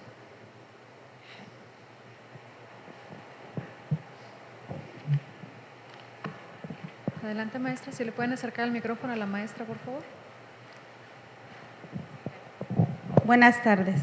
Una de las problemáticas que considero muy nueva es que como directivo, aparte de todo lo que se tiene que hacer, aparte de todas las tareas que implican administrativas, académicas, todo, acompañamiento, todo, hablando ahorita de los recursos, es que en ocasiones ya hiciste el trabajo, ya lo conseguiste, ya tengo lo económico y ahora con lo que me topo es la burocracia, porque no me dan permiso de usar mi recurso. Entonces ya tengo 2 años que lo trabajé, ya convencí a mis papás, ya les dije a mi comunidad educativa, ténganme paciencia, ya hice el trámite, ya estoy en esto y esto, pero cada vez son más cosas que voy y son más requisitos. Entonces, en la misma oficina a la que voy me dicen, es que no hable con personas diferentes, hable con la misma. Pues sí, pero yo a la hora que yo vengo, que puedo y que es en horario que no es mi horario, pues yo no sé si van a estar o no. Entonces, esa es una problemática muy difícil, porque me costó tanto conseguir ese recurso que ya luché, no lo tenía, ya lo conseguí y ahora pues no lo puedo hacer porque no me autorizan a hacerlo. Cuando es algo bien sencillo, es una ampliación de un techo de la entrada, pues para que mis niños, precisamente del espacio de la entrada a la parte techada, pues si llueve no se mojen, que si el sol, en fin, es algo muy sencillo. ¿Por qué tanta problemática? Esa es mi pregunta. Bueno, la respuesta la sabe usted y la saben todos. Eso nosotros estábamos diciendo. Para que haya un cambio sustantivo, tienen que moverse ideas, moverse dispositivos de acción, establecer nuevas reglas, digamos, de interacción, de comunicación. Y yo les planteaba la metáfora de esa bisagra, ¿verdad? Si el eje que ocupa ese espacio que une las dos alas de la bisagra, supervisión, autoridades educativas, no está en sintonía, no está bien aceitado, hay arenillas que al moverlo cruje. Estamos hablando de una bisagra nueva, no de una bisagra que podíamos encontrar en el quicio de una puerta de un lugar abandonado, llena de herrumbre, desvinculada del contexto. Desde luego empezamos a tener menores posibilidades de la mejora. Hemos dicho, es necesario que haya un motor interno que la promueva y un motor externo que la facilite, que la apoye, que la comprenda. Yo, en mi modesta experiencia, no sé la de ustedes, yo no he visto ninguna mejora, o si ustedes quieren, ninguna innovación significativa, si ha fallado alguno de esos dos motores. Si falla el motor interno o es insuficiente su energía, y si falla el motor externo o es insuficiente su energía. O hay concurrencia de energías o eso no acaba de funcionar. Y usted se encuentra en una frustración. Usted está frustrada porque algo que ve conveniente, que lo analizó, que es pertinente, que dejó ahí sus horas de trabajo, sus negociaciones con quien cupiese, pues resulta que ahora, por un requisito burocrático, no se le permite hacer. Yo ahí no tengo solución. A lo mejor sí sería una solución el actuar de manera más mancomunada para resolver estos asuntos. Eso tiene que ver con redacción de nuevos reglamentos, con una acción sindical más comprometida con estas cosas, que realmente son las que impiden el progreso de la escuela, y ahí tendríamos algunos aliados. Usted echó mano de todos los aliados que podía, y eso es insuficiente. Su fuerza para combatir la resistencia se debilita. Usted se desespera. Lo único que le puedo decir es que no sea tan ambiciosa como pretendía y no empiece por lo poco que pueda y dirá, Serafín, me estás frustrando más todavía. Consigue algún éxito, aunque sea corto, aunque sea poco significativo, porque eso te va a animar a seguir hacia adelante. Tal vez pasado mañana haya una persona en esa oficina que es pues, más comprensiva o que no necesita tantos sellos y tantas autorizaciones que acaban haciendo de la gestión pues, un martirio, ¿verdad? Nosotros estamos convencidos que, no digo nada nuevo, para que haya verdadero cambio tiene que disminuir, está dicho en 40 sitios, la carga administrativa. Se lo ponía yo ahí en una transparencia. O sea, el docente se formó en competencias didácticas, se formó para ser un miembro eficiente de una organización, se formó para las relaciones con la comunidad y no se formó para hacer tareas administrativas y burocráticas, cuando muchas de ellas se pueden hacer por otros medios digitales, por otros medios a distancia, etc. Ahí me deja usted sin alternativas posibles, ¿eh? Maestro, ¿tiene una pregunta? Acá la maestra, por favor. Bueno, yo también tengo... okay. Acá y pasamos acá. Sí. Buenas tardes. Yo soy directora. Yo no, yo llegué por antigüedad, maestro, ¿verdad? Pero yo admiro ahorita a los nuevos directores que llegaron por concurso. Esas dos situaciones se tienen que configurar, ¿verdad? Lo que es la experiencia y lo que es lo nuevo de estos muchachos que están llegando ahorita a directores por un examen. Aquí lo que hoy me llevo yo de esta plática es que si tú eres director por concurso o por antigüedad, te lleves eso que usted nos dijo, esas palabras tan hermosas, que el ser director no es que vayas a ser diva ni nada, sino es un compromiso que tienes con tus alumnos, con tus padres de familia y con los maestros. El ser director es ese espíritu de servicio que debemos de manejar. Y cualquier cosa, cualquier contradicción que a veces veamos, ¿verdad?, lo veamos como un área de oportunidad. Por ejemplo, en el caso tuyo, hija, a lo mejor tendrás que ir con personas más asertivas, porque si tienes los recursos, si tienes todo, por ahí ha de haber alguna piedra que está atorada, pero siempre hay personas asertivas y personas que quieren que nuestras escuelas mejoren. Y este día me llevo ese compromiso que usted nos acaba de decir. Yo ya tengo 45 años de ser maestra, pero me conmovió mucho su plática, ¿verdad? Muchas gracias. Bueno, muchas gracias. ¿Y una última pregunta? Sí. De este lado. Buenas tardes. A mí me interesa mucho saber en cuanto a la formación continua, que debemos de tener nosotros los directores. Y en mi caso, que soy nueva en esto, ¿por dónde empezar? O sea, por actualizarnos en la cuestión de liderazgo, por actualizarnos en la cuestión pedagógica o por actualizarnos en la cuestión socioefectiva hacia el personal. ¿Usted qué me recomienda en cuanto a esa formación continua como directivo? Bueno, tendríamos que charlar con mayor detalle y decirle algo que fuese realmente pertinente para lo que usted necesita.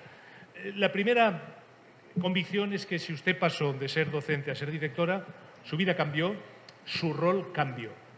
Es decir, está bien tipificado que quien pasa de la docencia a la dirección se suele hacer de forma brusca. Ayer era maestro, mañana soy directora. Y lo que se espera de mí en esa organización difiere mucho de lo que se esperaba de mí cuando no era una maestra. Yo cuando trabajo con directores y directoras noveles, a veces dicen eso, ¿no? Dice, bueno, yo ahora tomé la dirección, soy director de la misma escuela en la que trabajaba, pero las cosas no van a cambiar, sigo siendo un compañero de los demás, entre todos lo haremos todo, aquí pues no hay diferencias en el trato, es evidente, entre todos lo haremos todo, no hay diferencias en el trato, pero no te engañes. Ayer esperaban de ti esta serie de cosas y al día siguiente esperan otra serie de cosas de ti. Por ejemplo, dice un directivo escolar novato, dice, oye, llevo una semana de director y antes nadie me venía a decir, oye, Serafín, ¿has visto qué sucio está el patio? Antes no me lo decían, ahora me lo dicen.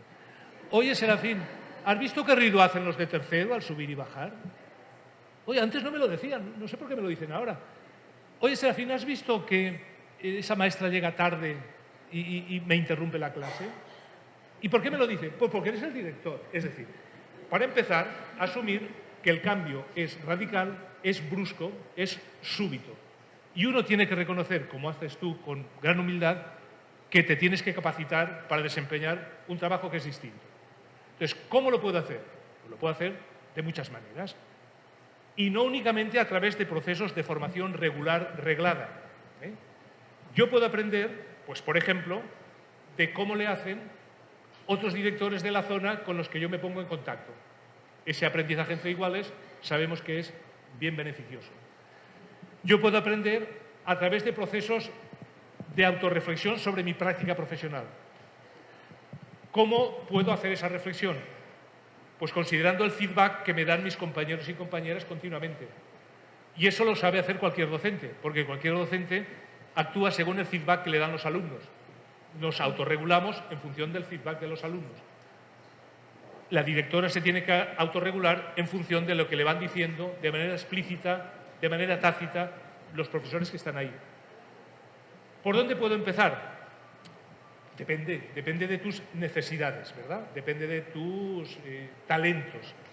Sí, desde luego, entender y admitir, y eso está bien estudiado en la literatura, que quien dirige es una persona que desarrolla gran cantidad de tareas, muchas más que las que realizaba cuando era docente, de naturaleza muy diversa, académicas, administrativas. Hoy una directora está a los 5 primeros minutos que se abre la escuela atendiendo a una mamá, en el minuto siguiente atendiendo una llamada telefónica, 20 minutos después saliendo al patio a dilucidar sobre una pelea que ha habido ahí, 20 minutos después acabando un informe para supervisión y a continuación resulta que también tiene clase porque tiene función docente. Es decir, gran volumen de tareas. 2, de naturaleza muy variada. En periodos cortos de tiempo, si usted analiza la jornada laboral de un docente, verá que está fragmentada en pocos pedazos de tiempo. 50 minutos una clase, no sé, 45 otra, 45 otra. Si yo tomo la jornada laboral de una directora, no está fragmentada en 4 pedazos o 5, está fragmentada en pedazos múltiples. 10 minutos acabando un informe, que no puedo acabar porque atiendo una llamada, porque viene una mamá, porque no funciona el refrigerador, porque, atención, claro, si usted tiene recursos inconmensurables, eso se lo harán sus colaboradores, pero la realidad es que está usted sola y a veces hace tareas de telefonista, de atender a una mamá quejosa o de ver cómo se está escapando el agua por no sé qué lavadero y tiene usted que tapar el hueco. O sea, volumen, variedad, fragmentación. Analicen ustedes su jornada, quien dirija, y verá que es posible que ese lunes o ese martes usted haya hecho actividades de todo tipo, 10 minutos, más 10 minutos, más 15 minutos, con lo cual usted no se concentra, se dispersa, deja tareas a medio acabar, tiene su oficina llena de papeles, llena de expedientes sin acabar, etc. Pero eso no es malo, eso es la verdad. Volumen, variedad, fragmentación, interrupciones. Quien dirige es una persona que suele estar sometida a múltiples interrupciones, y no siempre interrupciones de visitantes externos, sino de visitantes que son los propios compañeros de trabajo. Está usted trabajando en su oficina, quería hacer algo relevante hoy, y llega una maestra y se le presenta ahí y le dice: usted, buenos días, no sé qué viene a hacer. Pero resulta que esa maestra, a esa hora, sus muchachos están haciendo educación física. Y ella, como no sabe qué hacer, dice: pues voy a ver a la directora, claro. Lo cual denota que valora muy poco el trabajo de usted, porque usted no se ocurriría a ir a interrumpir a una maestra cuando está dando clase. En cambio, la profesora, con todo respeto, considera que va a hablar con usted. Y usted dice: ¿qué hago? No la voy a echar de ahí. Hay que tener habilidades sociales. Bien, yo la atiendo, hablamos pues, de pedagogía, de política, de lo que fuere, y ya acaba la hora de educación física y la maestra dice: bueno, ya me marcho que tengo clase. Entonces dice: bueno, por fin voy a empezar a trabajar, y llega otro y no llama a la puerta, entra sin llamar seguramente.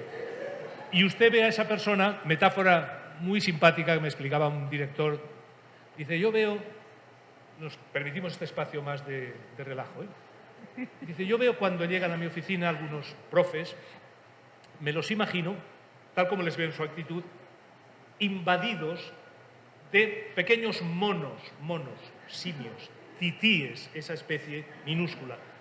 Titíes que les invaden por todo el cuerpo, les estiran del pelo, que quien lo tenga, titíes que le mordisquean en la manga, que les tiran de la pierna, y van llenos de titíes, y entran en la puerta y cogen los titíes y me los lanzan a mí.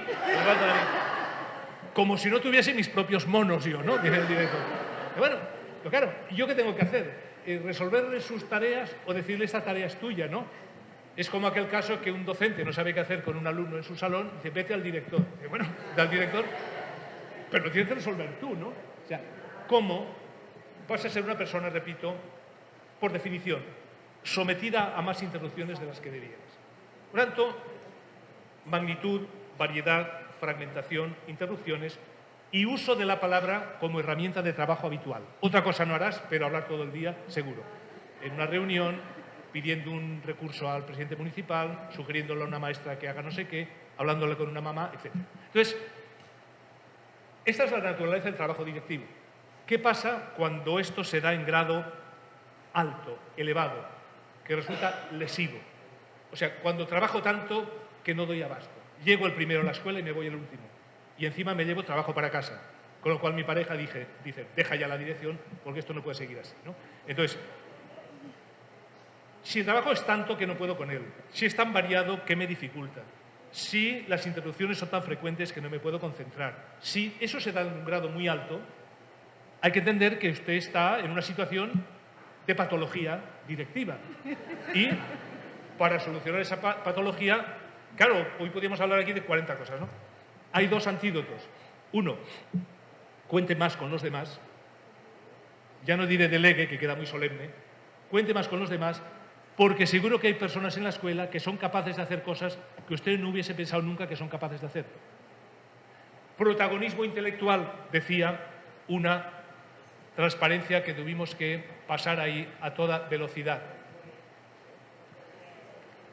Una persona está motivada cuando se le da protagonismo intelectual en lo que se le propone hacer. Por ejemplo, yo soy un maestro de tercer grado y estoy en el patio a la hora del recreo y viene la directora y me dice: Serafín, quiero hablar contigo. Digo: bueno, pues tú dirás, es una directora hábil y sabe que no es lo mismo decir quiero hablar contigo en mi oficina que quiero hablar contigo en tu salón o que quiero hablar contigo paseando por el patio. Bien, que quiero hablar contigo. Digo, ¿qué quieres? Mira, esta mañana ha venido el supervisor, me he reunido con él, con otra persona aquí del equipo de dirección, y hemos pensado que tú, Serafín, durante el próximo trimestre deberías hacer tal cosa respecto a la lengua escrita. Y eso lo deberías hacer con tu compañero de quinto grado. Esto es lo que habría que hacer. Y lo deberías hacer de este modo. Primero una fase, luego otra, luego consultas a las familias, etc. Y me dice, la directora me dice, toma, Serafín, esto es lo que hemos pensado que tienes que hacer y esta es la manera que hemos pensado de cómo lo tienes que hacer. Bueno, cuando yo recibo eso, ¿saben qué experimento? Que no me valora intelectualmente la directora. Porque cuenta conmigo demasiado tarde. No cuenta conmigo en el momento 1, que era cuando vamos a decidir lo que hay que hacer. No me preguntó. No contó conmigo en el momento 2, cuando había que decidir cómo hacerlo. Cuenta conmigo considerando que es alguien que es un brazo ejecutor de lo que yo soy capaz de pensar, de idear, para que tú lo hagas. Si yo me veo en esta situación, no estoy precisamente motivado. Lo haré porque tengo caridad cristiana con esa pobre directora, lo haré porque soy fiel, en fin, a mis principios, pero no porque esté motivado. Es decir, si yo lo que quiero es revertir esas situaciones, vamos a rodearnos de gente que pueda colaborar, porque muchas veces desconsideramos competencias que profes que trabajan con nosotros han demostrado en su vida ordinaria. Gente que es creativa y lo demostró en su vida ordinaria. En la escuela no se le permite que sea creativo. Gente que tiene gran capacidad para analizar situaciones problemáticas y tomar decisiones. Lo demostró en su vida, decidiendo si tener otro hijo o no, abortar o no, o pues, meterse en una inversión o no. Hay personas que tienen capacidades de movilizar grupos sociales, lo hacen en su barrio. Bueno, pues esa persona creativa, con gran capacidad de análisis para tomar decisiones, con esa persona que moviliza grupos sociales, cuando llega a la escuela se le dice, todo eso, olvídelo, déjelo fuera y haga lo que creemos que usted tiene que hacer. Entonces esa persona dice, ustedes lo habrán dicho alguna vez, aquí no se me aprovecha como yo quisiera ser aprovechado. Está frustrado. Es decir, si usted se encuentra en esa problemática, que yo entiendo, cuente también con los demás. A veces hay personas, colegas, que no participan, no porque no quieran, no porque estén en oposición, sino porque no saben. A veces hay personas que si encuentro en qué podría colaborar conmigo, encuentro ahí un tesoro y tengo en esas circunstancias de privación, si mi trabajo es mucho, si no puedo administrarlo, patología escolar, patología directiva, 1, cuente más con los demás y 2, adopte buenos hábitos de trabajo personal. Nosotros tenemos en nuestros programas de formación de directivos un módulo que es la dirección de sí mismo. O sea, tú no puedes dirigir a los demás si no puedes dirigirte a sí mismo, a ti mismo. Organizar tu agenda, tener tus prioridades, tener ciertos hábitos lectores. Y si con esos antídotos no es suficiente, pues apliquemos el antídoto en dosis superiores. Pero hay que asumir que el que tengas esa naturaleza de trabajo directivo que hemos dicho, variedad, fragmentación, no debiera vivirse como un problema, sino como un hecho que es común a todos los directivos. Lo que pasa es que algunos tienen más recursos para delegar, tienen mejores personas en quienes delegar, tienen a lo mejor más tiempo y dinero que el que no tienes tú, pero al final las apuestas son esas dos. Buenos hábitos de trabajo personal y sobre todo contar más con los demás. Y no solo contar más con los demás internos. Es la cuarta vez que me refiero a instancias externas. Hoy países que nosotros tenemos como modelos porque son pues, muy democráticos, dan un buen servicio escolar, la escuela pública y todo lo demás, cada vez nos dan más ejemplos de concurrencia de actores en la escuela. Concurrencia de actores en la escuela. Que tampoco es cosa extraña. Ustedes, los más senectos, tal vez como yo, recordarán hace muchos años que en la escuela transitaban docentes ordinarios, la directora, docentes. Años más adelante transitaban esos docentes y algún profe que era especialista en educación especial, se llamaba entonces. Bueno. Más adelante en las escuelas fueron llegando mediadores culturales, trabajadores sociales. O sea, la escuela hoy es un espacio de intervención multiprofesional y tenemos que acostumbrarnos a convivir con otros profesionales que no son profesionales de la educación, pero que sí que son profesionales del trabajo social, etc. Con la convicción de que la escuela no puede ser la única solución para la educación de un país. Ayer hablábamos también en otra plática, la factura de la escuela no la puede pagar solo, perdón, la factura de la educación de un país no la puede pagar solo la escuela. Si algo funciona mal en la sociedad, la culpa la tiene la escuela. Si se conduce mal, si se lo hubiera enseñado en la escuela, si el muchacho tiene malos hábitos, la escuela. Bueno, las leyes educativas son leyes de educación escolar. Todo lo que no es educación escolar no está en las leyes. En la ley educativa se dice qué tiene que hacer la escuela, pero no se dice ley escolar, qué tiene que hacer la familia, qué tiene que hacer la empresa para facilitar a un papá que vaya a una reunión, qué tienen que hacer los media, etc. Si al final la factura la paga la escuela y además carga sobre las espaldas de una sola persona, usted tiene una tarea de un Atlante, de ese que aguantaba la bola del mundo, ¿verdad? Lo que le animamos es, insisto, pequeños pasos, cambio de interlocución, como decía la compañera, y otra cosa no le podemos decir, porque sería algo utópico, ¿verdad? Sí, muy bien. Muchas gracias. Pues los invito a dar un fuerte aplauso al doctor Serafín Antúnez. Muchas gracias. Muy bien. Ya veían que cuando les decía que él comprende profundamente todas las preocupaciones de un director, no estaba alardeando, ¿no?, con lo que decía. Voy a invitar a dos Normas Guadalupes, a la doctora Norma Guadalupe Pesqueira, para que pase aquí enfrente y nos haga el honor, por favor, de entregarle este reconocimiento que hemos preparado para el doctor Serafín Antúnez. Ella también es una especialista en la dirección escolar, que ha estado apoyándonos en estos eventos, y voy a invitar a Norma Guadalupe Sánchez a que por favor nos haga pues el favor de hacer la entrega de un regalo que hemos preparado en agradecimiento, doctor, por esta visita. Bueno, pues un placer.